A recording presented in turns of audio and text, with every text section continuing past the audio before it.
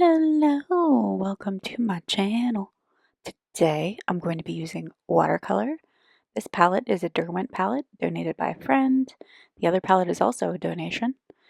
I have some Micron pens, colored pencils as I'm showing you here, and I'll be working in my Cryptid Diary sketchbook. Today we're going to be drawing the Will of the Wisps. Are y'all ready? Yup.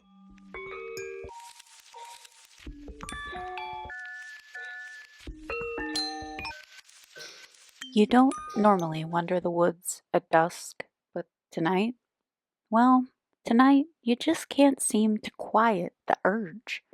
It feels like the heavy summer night is whispering to you. Okay, just a little 1-miler, you murmur to yourself at the trailhead. Midway through your impromptu evening stroll, the wind picks up. A welcome break from the humidity, quite frankly. But the wind carries a damp and sour scent, that of decaying earth, mud, dirt, grime. The dense trees part just ahead on your left, as if to scoot out of the way. Squinting through the gap in the foliage, you see what appears to be a bog. You've never seen this bog before, and you know this trail very well. So well, in fact, it's practically your sibling. But even siblings have things to hide. You advance on the trail, compelled to make your way towards this mysterious, mossy pool, and you swear you hear a voice calling in the wind. Come say hi. I've got something to show you.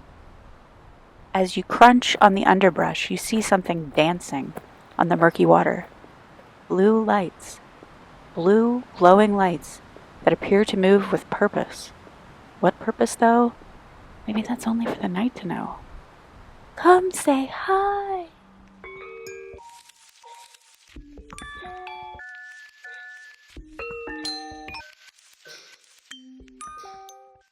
Jack-o'-lanterns, corpse candles, spook lights, wandering souls. These are all names attributed to what is most commonly referred to as the Will of the Wisps. Will of the Wisps are small, moving blue flames that hover a few feet above the ground near bogs, swamps, and other marshlands. They are said to be cold to the touch, so they are not a normal fire per se.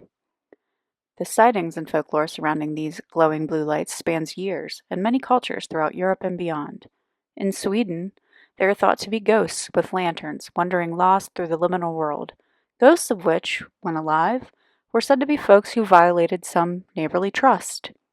That's right, doomed to inhabit another dimension as a blue glowing light over a smelly-ass swamp because you were a shitty neighbor. In England, they are thought to be lights carried by elves or fairies. In Australia, if you catch the lights, you disappear. No matter the culture, the Will of the Wisps are seen as tricksters. A trickster, as stated on good old Wikipedia, is a character who exhibits a great degree of intellect or secret knowledge and uses it to play tricks or otherwise disobey normal rules and defy conventional behavior. End quote. Much like a siren or a shapeshifter, there is a sense that these lights are attempting to lure you to something. You cannot look away. Seeing them feels like you've been chosen to peek behind a curtain of objective reality, but with that privileged peek comes risks, the biggest of which I would say is probably getting tangled up in a bog, maybe not drowning because bogs are not traditionally deep, but at the very least you're going to get yourself covered in leeches and bacteria.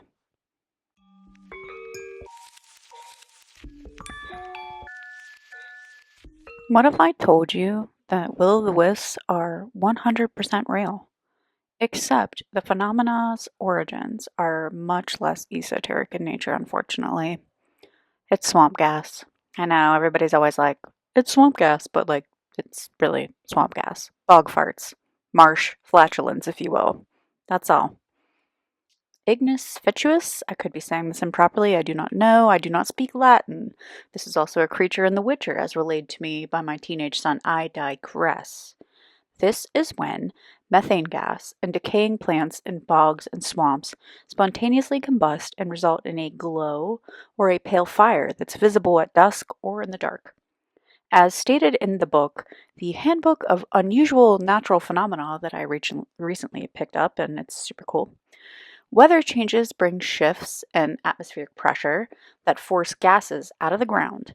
If escaping gases are phosphorescent, the will o' the wisps are born. Unfortunately, we don't hear a lot about sightings of will o' the wisps much anymore due to the destruction of our treasured wetlands from rising sea levels, expanding real estate development, and drainage from agriculture practices. More than half of the wetlands in the lower 48 states are gone, and losses continue. This is from a press release from the U.S. Fish and Wildlife Service from May of 2024.